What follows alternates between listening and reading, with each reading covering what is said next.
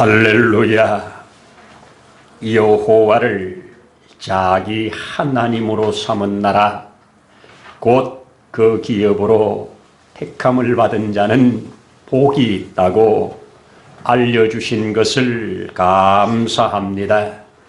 오늘 우리로 그 여호와를 우리 하나님으로 삼을 수 있는 연해 주신 것을 감사합니다. 오늘도 그 은혜를 힘입어 우리 하나님 아버지 앞에 이렇게 모여 예배할 수 있도록 은혜 주신 것을 감사합니다.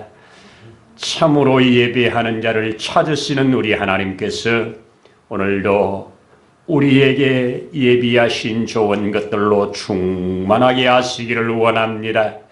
그래서 어두워진 부분이 있으면 밝아지게 하시고 상한 부분이 있으면 온전하게 하셔서 하나님 아버지 앞에 더 경배하며 찬양하며 나아가기에 부족함이 없도록 축복하옵소서.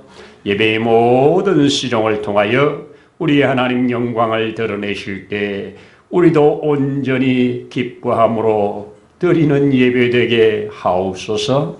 우리의 주 예수님 이름으로 기도드립니다. 아멘. 아멘. 할렐루야. 감사합니다. 우리 함께 성경, 오늘은 창세기 44장을 열어서 32절로 34절을 함께 읽도록 하겠습니다. 주의 종이 내 아버지에게 아이를 담보하기를 내가 이를 아버지께로 데리고 돌아오지 아니하면 영원히 아버지께 죄짐을 지리다 하셨사오니 이제 주의 종으로 그 아이를 대신하여 머물러 있어 내 주의 종이 되게 하시고 그 아이는 그의 형제들과 함께 올려 보내소서. 그 아이가 나와 함께 가지 아니하면 내가 어찌 내 아버지에게로 올라갈 수 있으리까? 두렵건대 제 해가 내 아버지에게 미침을 보리이다. 아멘. 할렐루야. 오늘도 좋은 날입니다. 1월 마지막 주를 이렇게 또 함께 예배할 수 있어서 감사합니다. 우리 좌우에 오늘도 좋은 날입니다. 하나님이 크신 은혜 주실 줄 믿습니다. 아멘입니다.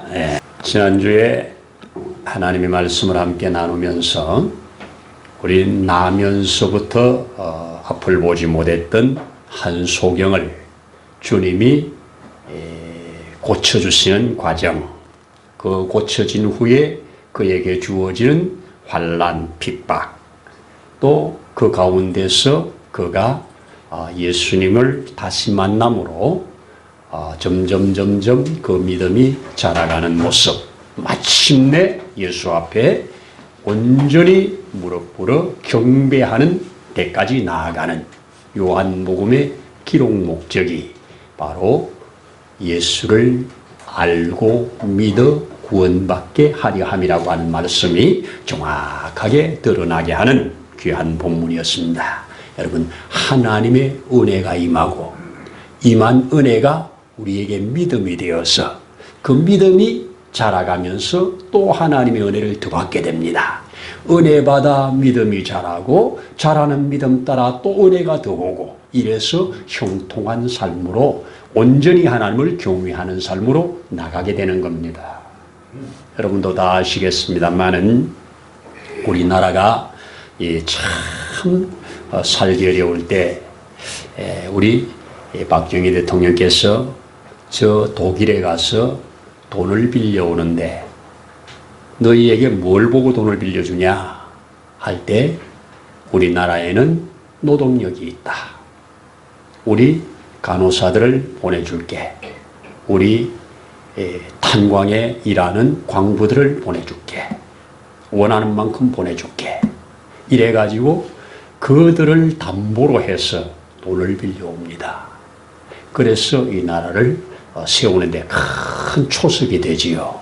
근데 참 감사한 것은 그렇게 담보물이 되어간 그들이 그 자손들을 이렇게 쭉 비추는 것들을 가끔 한 번씩 보잖아요. 참 다 비교적 잘 돼 있습니다. 그들은 그 당시에 오늘의 자손들이 이처럼 잘 살아갈 것들을 보지 못하고 갔습니다. 오늘 우리 불려진 찬송 참 기가 막히게 은혜가 되는데, 내 앞에 주어진 삶을 매일매일 살다가 보면 그곳에 날 향한 계획이 승리가 있다네. 기가 막힌 말씀이고 또 오늘 말씀과 너무 잘 맺혀질 거라고 봅니다. 여러분, 오늘 주어진 본문은 이 담보에 대한 얘기입니다. 내가 담보가 되리이다. 우리는 살다 보면 잘못 담보를 제공해가지고 낭패당하는 경우도 있지요. 그런데 오늘 우리 성경에서 알려주는 큰 진리 중에 하나, 이 담보가 되어주는 장면. 이건데요. 자, 오늘 우리 배경을 좀 살펴보면 이 애굽의 큰 7년 동안 풍년, 그리고 이제 그 7년 동안 큰 흉년이 있을 거라고 하는 하나님의 계시를 받지요. 이 바로가 계시를 받고 그 바로의 받은 계시를 요셉이 해석을 해주고, 그리고 처방까지 알려주니까 너가 그러면 이걸 다 관리하라고 감옥에 있던 요셉이 하루아침에 애굽의 총리가 되어가지고 지금 그 양식을 관리하게 됩니다. 마침 그 계시한 대로 7년 큰 풍년이 지나 지금 흉년 2년 차가 되었을 때 지금 저 가나안 땅에 살고 있는 요셉의 형들이 양식을 사러 온 겁니다. 양식을 사러 왔을 때 우리가 아는 대로 너희들은 정탐하러 온 간첩이다 하고 간첩으로 뒤집어 씌웁니다. 그리고 그들을 그냥 다 잡아서 감옥에 쳐넣습니다. 감옥에 다 들어갔는데 3일 동안 감옥에 있을 때 기가 막히지 않겠어요? 양식 사러 왔는데 간첩으로 몰려가지고 꼼짝없이 누구한테 하소연할 수 있겠습니까? 누구한테 이 아니라고 말을 하겠습니까? 요셉 앞에 다 진실을 고했잖아요. 우리는 한 가족이다. 한 형제다. 우리 10명 다 한 형제다. 원래는 12이 있었다. 그런데 하나는 없어졌고 하나 막내는 집에 있다. 우리는 늙은 아버지를 모시고 있다. 그렇게 한 가족이니까 절대 우리 간첩 아니다 해도 안 들어주잖아요. 3일 동안 감옥에 가두어 놓았다가 풀어낸 다음 협상을 합니다. 그래, 내가 너희 말 듣고 내가 곰곰이 생각해 봤다. 너희가 진실이라면 막내 아들을 데리고 와라. 그러면 내가 너희와 무역도 하고 그런 줄 알겠다. 대신에 볼모 하나를 잡아놓겠다 하고 그 자리에서 그 세 번째 형인 이 시몬을 밧줄로 묶어가지고 얘를 감옥에 넣어라 해서 그는 감옥으로 가고 나머지 9명은 양식을 가지고 집으로 옵니다. 자, 집에 왔을 때 하나가 오지 않은 걸 보고 아버지가 너희가 내가 요셉도 잃었는데 또 시몬을 잃었구나 가슴 치면서 울지요.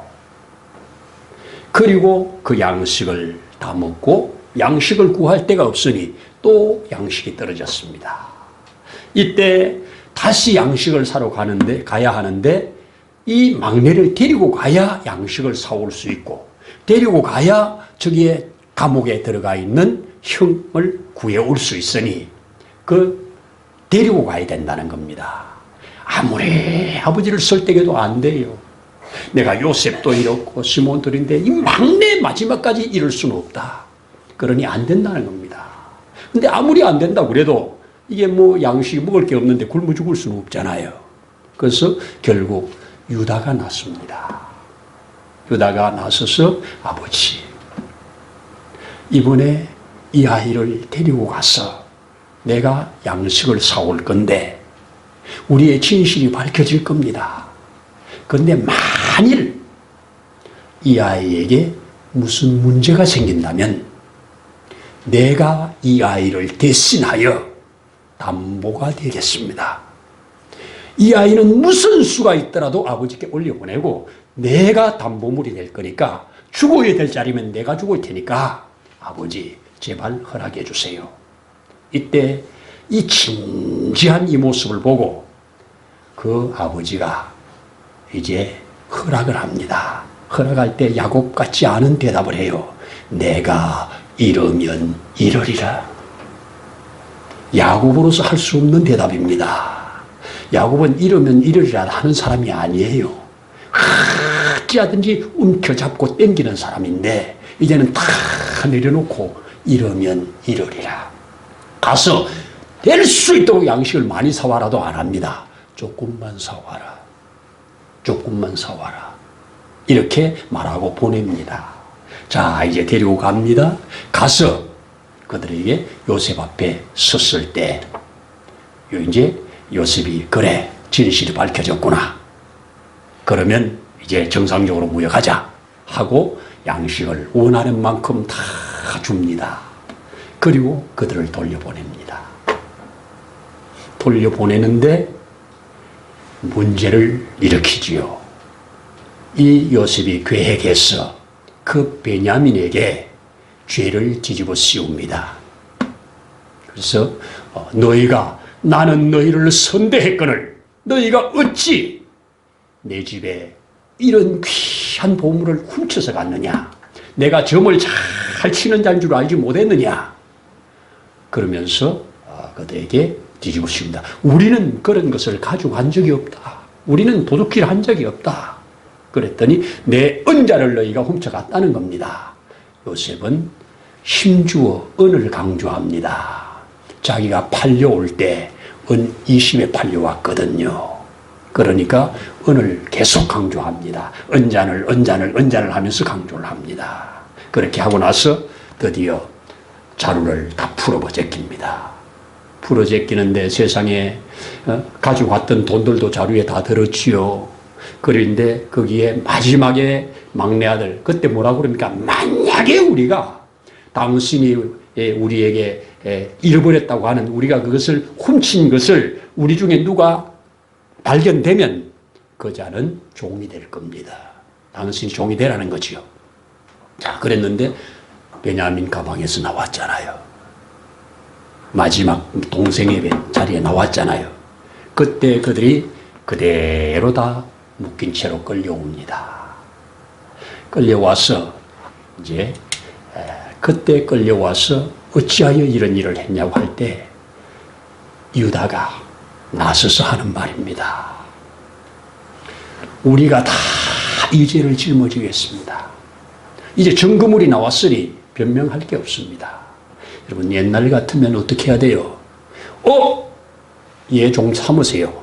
우리는 가겠습니다. 이래야 정상이잖아요. 옛날에 요셉을 미국에서 팔아버렸잖아요. 근데 요셉을 팔아버리고 그 염소를 죽여서 그 피를 발라서 아버지에게 갖다 줄 때 그 아버지가 그 피 묻은 요셉의 옷을 보고 또 자기 옷을 찢으면서 그렇게 애통하고 그렇게 아파할 때 그들은 아무 말도 안 하고 묻어두었잖아요. 함께 애통하지도 않았잖아요. 그런데 지금 오늘은 어떻습니까? 베냐민이 지금 모든 죄를 뒤집어 쓰고 있는 이 시점에 그 죄를 내게로 옮기시고 얘는 보내주세요. 여기서 요셉이 큰 감동을 받는 겁니다. 지금 이 아이가 아버지에게로 올라가지 않으면 나이 많은 아버지는 죽습니다. 내가 아버지에게 약속을 그렇게 하고 왔습니다. 이 아이에게 문제가 생기면 모든 것은 내가 책임지겠다고 하고 왔습니다. 그러니 내 말을 믿어주시고 내가 당신의 종이 될 테니 죽이든지 살리든지 당신 마음대로 하시고 얘는 살려보내세요.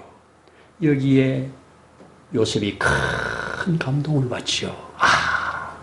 나를 미워했던 그 믿음이, 그 미움이 이 아이에게는 안 가고 오히려 이 아이를 대신해서 자기가 죽겠다고 나서는 이 모습, 그 아버지의 마음과는 전혀 상관없이 살았던 이 아들, 그렇게 요셉의 죽음 앞에 애통하고 슬퍼했던 거기에 관심 없었던 그들이 이렇게 아버지를 사랑하는 이 모습, 여러분 내 앞에 주어진 삶에 하나님의 섭리가 있다네.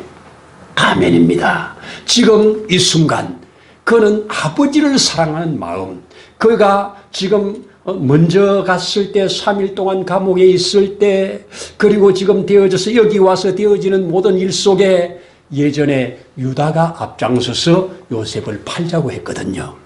우리가 얘를 죽여본 들 뭔 유익이 있겠냐. 차라리 팔아서 돈이라도 챙기자. 그리고 유다가 앞장서서 얘를 파는데 나섰거든요. 그러니까 옛날 일을 생각하면서 하나님이 우리의 감추어진 죄를 드러냈다 이렇게 말해요.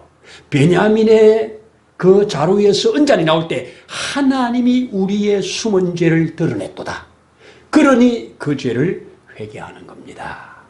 회개하는 곳에 은혜가 임합니다. 아멘입니다. 하나님은 언제나 회개하는 곳에 은혜를 주십니다. 회복을 주십니다. 자, 오늘 기가 막히게 보십시오. 이 유다의 이 담보물이 되겠다고 하는 이것, 성경에 처음 나오는 얘기입니다. 이 담보물이 나중에 예수님이 되어져요. 우리가 살다 보면 원하지 않는 흉년을 만납니다. 여러분, 이거 지금 하나님이 가라고 해서 간 가나안 땅입니다. 할아버지 때, 이 이삭일 때, 여기 떠나지 말고 오래 머물러라고 했던 곳입니다. 그리고 그곳에 하나님 마음껏 축복가지고 100배의 열매를 맺었던 땅입니다. 하나님의 축복이 있는 땅에 흉년이 왔어요. 이렇다면 목적 있는 흉년입니다. 그런데 그 목적을 모르지요.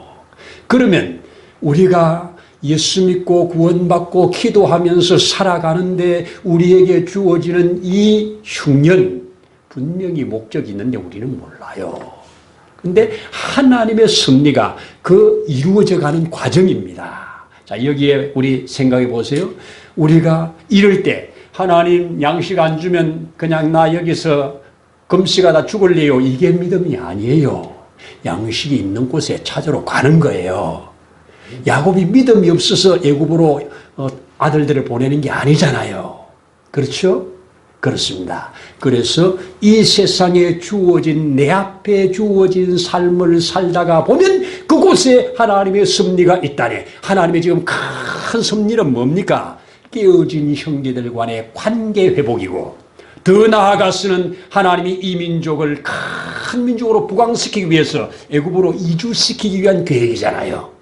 이것 때문에 흉년을 이용하셨잖아요. 먼저 이 흉년을 이길 풍년을 허락하시고 이 흉년 속에 저들이 이끌려 올 수밖에 없도록 만들었잖아요. 이끌어오는 과정에 하나님께서 어떻게 해요?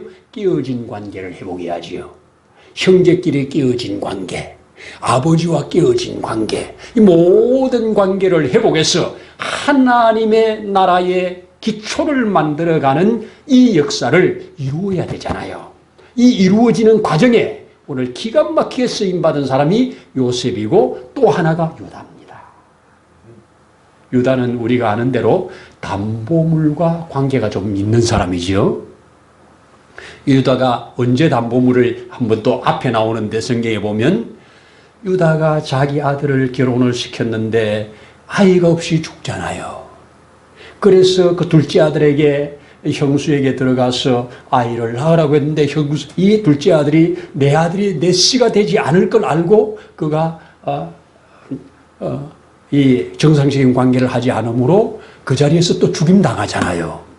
그래서 막내 아들이 지금 아직 어리니까 친정에 가 있으라고 하잖아요. 친정에 보내놓았는데 이 아이가 다 커도 안 하니까 결국 이 며느리가 변장을 하고 그 시아버지와 함께 동침을 하잖아요. 그래서 아이를 가지잖아요. 이때 그가 당시 나와 이 관계를 맺는데 뭘로 주시겠습니까? 내가 염소 새끼를 주겠다. 염소를 주겠다. 그랬더니 그럼 염소 줄 때까지 나한테 담보물을 내놔라. 이래가지고 담보물 3개를 주잖아요. 도장도 주고 끈도 주고 지팡이도 주고. 목자에게 지팡이는 생명입니다. 이 도장이 또 얼마나 중요합니까? 이 중요한 3가지를 담보물로 딱 주고 그리고 하룻밤 지내고 떠나가잖아요. 그리고 그 다음에 이제 사람을 시켜서 염소를 가지고 담보물 찾으러 갔는데 사람 없잖아요. 못 만나잖아요. 그런데 3개월쯤 있다가 며느리가 임신했다고 그러잖아요. 그랬더니 뭐라 그럴까? 노발대발해가지고 당장 끌어다가 죽여라. 당장 끌어다가 죽여라. 이래서 끌려와가지고 저의 뱃속의 아이는 이분 것입니다 하고 담보물을 해놓잖아요. 얼마나 두려웠겠습니까? 그는 심한 두려움으로 너가 나보다 낫도다 하고 다시는 동침하지 않았다 이렇게 말하잖아요. 그래서 거기에 쌍둥이 아이가 나는 거잖아요. 자, 이때도 담보가 있었습니다. 그런데 오늘 이 아버지 앞에 담보가 되겠다고 하고 또 담보가 되겠다고 하는데 실제로 담보가 될 수밖에 없는 사건이 만들어진 겁니다. 우연입니까? 하나님의 섭리입니다. 요셉과 이 아버지 야곱이 짜고 하는 거 아닙니다. 요셉은 지금 애굽의 총리가 되어 있고 아버지는 벌써 22년 전에 죽은 걸로 알고 있습니다. 전혀 모르고 있는 일입니다. 모르고 자기의 삶을 사는 거예요. 근데 그 삶 속에 하나님을 향한 믿음이에요. 하나님께서 주신 가족을 대한 사랑이에요. 하나님께서 주신 아버지에 대한 사랑이에요. 이 부모의 사랑이 흘러가고 자식이 부모를 향한 사랑이 흘러가고 서로 하나님이 주신 뜻대로 살아가는 것. 돈을 버는데 왜 버느냐? 그 목적이 하나님의 뜻을 위하여 하나님의 영광을 위하여 번다면 틀림없이 그곳에 하나님의 기가 막힌 섭리가 이루어집니다. 저도 이 말씀을 준비하면서 곰곰이 묵상하면서 하나님이 나의 일상의 삶에 어떻게 섭리하시고 어떻게 나타나는가 몰라요. 모르는데 지나면 알아요. 지나놓고 나니까 알아요. 지나놓고 다 알잖아요. 이런 일이 있었구나. 이런 일이 있었구나. 여러분, 저도 처음 목회를 시작하기 전에 1대1로 성경에 대해서 관심을 가지고 성경 좀 알아보겠다고 하는 한 분. 그런데 몸에 암은 들었고 이제 얼마 삼지르지 못한다고 하고 그 안에는 예수 믿고 천국 보내야 되는데 아직 예수 안 믿고 그 간절한 심정으로 젊은 나한테 우리 신랑 좀 성경은 좀 배우고 싶다고 하니까 성경 공부 좀 시켜주세요. 아, 그러면 당연히 해야지요. 전도사가 할 일이 뭐가 있겠어요. 그래서 그러자고. 그래서 1대1 맨투맨 성경 공부가 시작된 것이 과천청사에 처음 들어간 겁니다. 그 처음 들어간 그 일이 1대1 맨투맨으로 들어간 그 일이 오늘날 이렇게 이루어질 줄 누가 알았겠습니까?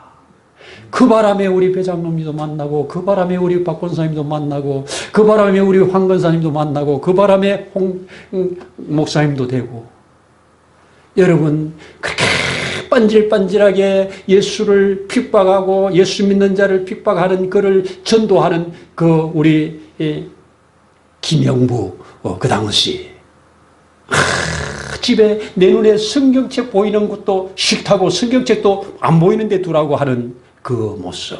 나한테 와서 한날 목사님 주보에서 헌금하는 이름 좀 안 넣으면 안 돼요. 우리 남편 그거 보고 내가 돈 버는데 왜 네가 갖다 주냐고 나를 핍박해요. 그래서 그러라고 그때부터 이름을 다 안 넣잖아요. 그런데 그 양반이 그렇게 해서 같이 테니스 치고 같이 목욕하고 같이 밥 먹고 그러면서 그분이 목사 될 줄 누가 알았겠어요. 주어진 삶에 사랑하는 마음으로 전도하는 그 마음에 하나님이 그 뒤에 있는 줄 누가 알았겠어요. 전혀 모르는 일을 우리는 합니다. 내가 주어진 삶을 한 걸음 한 걸음 하나님이 기뻐하는 뜻으로 맞추어가면 그 뒤에 엄청난 하나님의 섭리가 있고 하나님의 구원 역사가 있고 하나님의 뜻이 이루어진다는 것 오늘 기가 막히게 우리에게 증거해 주잖아요. 유다가 그 뒤에 일을 알았겠습니까? 요셉이 그 뒤에 일을 알았겠습니까? 요셉은 일찌감치 그 자기의 11명의 형제들이 절하는 꿈을 꾸었잖아요. 해달별도 해와 달도 자기에게 절하는 꿈을 꾸었잖아요. 그러면 형제들이 자기에게 절하고 아버지 어머니까지 자기에게 절한다고 하는 이 기가 막힌 꿈을 꾸었는데 이렇게 이루어질 줄 누가 알았겠어요? 모르지요. 여러분 우리의 삶은 내일의 삶을 몰라요. 그런데 하나님의 뜻에 맞추어 살다 보면 그 뒤에 하나님의 섭리를 이루어가면서 크고 놀라운 역사를 이루어간다는 것. 이게 오늘의 말이에요. 그러니 여전히 돈 없으면 돈 벌러 가는 거예요. 하나님 나는 돈 안 주면 그냥 기도하다 죽을래요. 하나님 뜻 아니라니까. 돈 벌 능력이 있으면 돈 벌러 나가야 돼요. 하나님은 돈 버는 현장에서 사람을 만나게 하시고 그곳에 하나님의 역사를 이루어 가요. 사업하는 자는 열심히 사업을 해야 되는 거예요. 사업하는 중에 그 속에 하나님의 섭리가 있어요. 그런데 하나님의 뜻과 반대되는 곳으로 가면 안 돼요.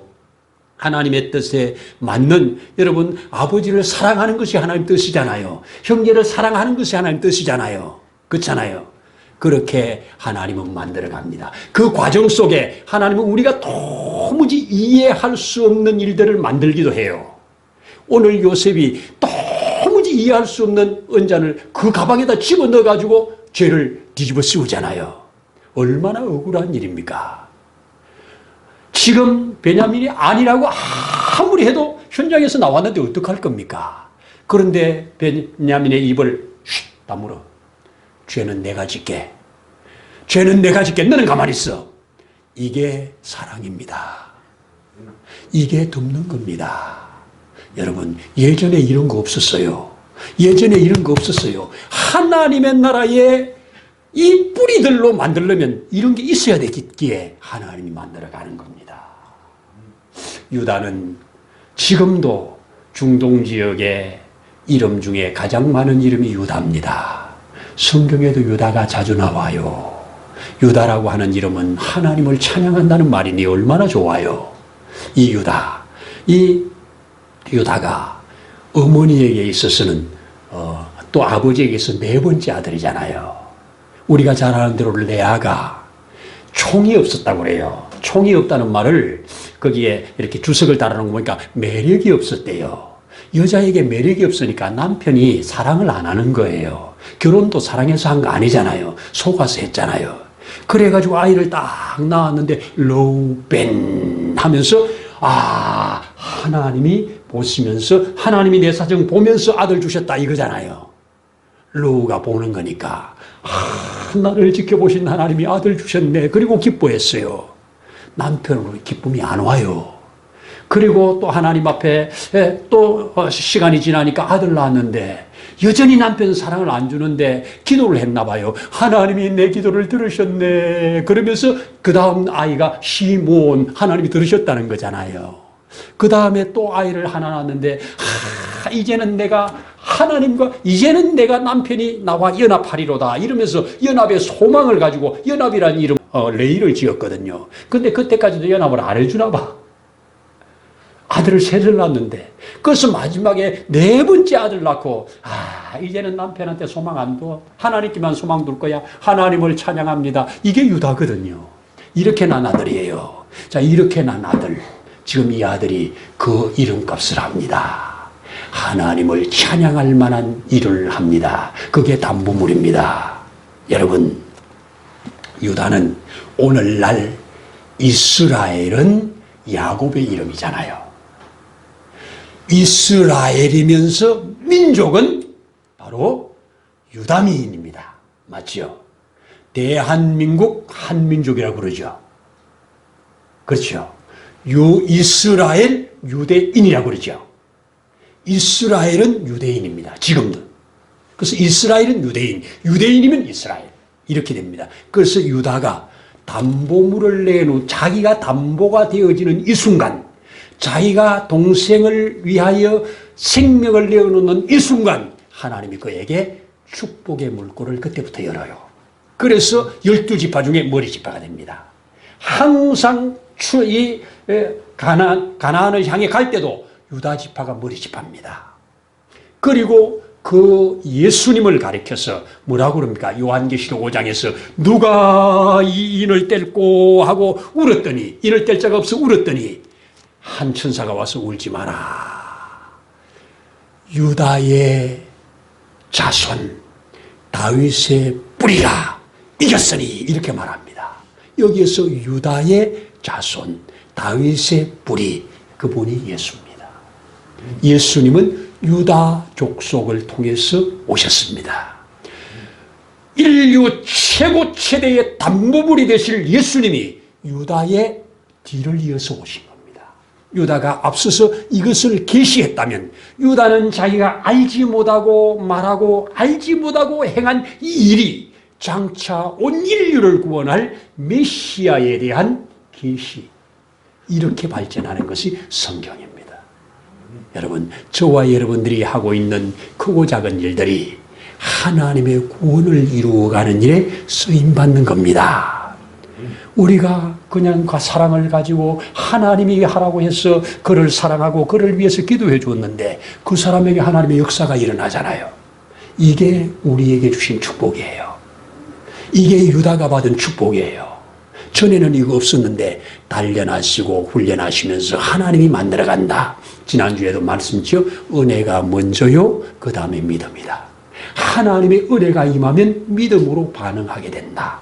그 반응한 믿음이 또 더 큰 은혜를 가지고 온다. 더 큰 은혜가 또 우리의 믿음을 더 크게 만든다. 이래서 하나님의 역사를 이루어가는 것, 이것입니다. 이것이 오늘 성경에서 우리에게 가르쳐 줍니다. 여러분, 뭐 들어보셨는지 모르지만 우리나라에 목소리 좋기로 이렇게 몇 손가락에 드는 오미희라고 하는 탤런트 있지요. 그분 뭐 나이가 저보다 좀 많은 것 같더라고요, 보니까. 그런데 그 양반이 이 사방으로 우겨싸임을 당해서 도무지 더 이상 살 소망이 없어. 그래서 이제 이 세상 끝내야 되겠다 하고 마지막 죽기 직전에 전화기를 들고 목사님에게 전화를 했습니다. 목사님, 안녕히 계세요. 그동안 고마웠어요. 그러면서 이제 하직 인사를 하는 겁니다. 이 목사님이 전화를 받고 낌새가 이상해가지고 전화를 끊지 않고 계속 말을 이어갑니다. 그래, 무슨 일이고, 그래, 왜? 하면서 계속 말을 이어갑니다. 말을 한 3, 40분간 계속 이어가다가 이제 그만 끊을래요. 그리고 전화기를 내어놓으려고 하는 순간 문 열어라. 어디신데요? 네 집 앞이다. 전화기를 끊지 못하게 계속 전화기를 들고 운전을 하고 오신 거예요. 오셔가지고 지금 문 앞에서 열으라는 겁니다. 나가서 어쩔 수 없이 문을 여는 순간 죽으려고 했던 생각은 싹 도망가고 살아야 되겠다고 하는 소망이 오는 터닝 포인트가 되셨답니다.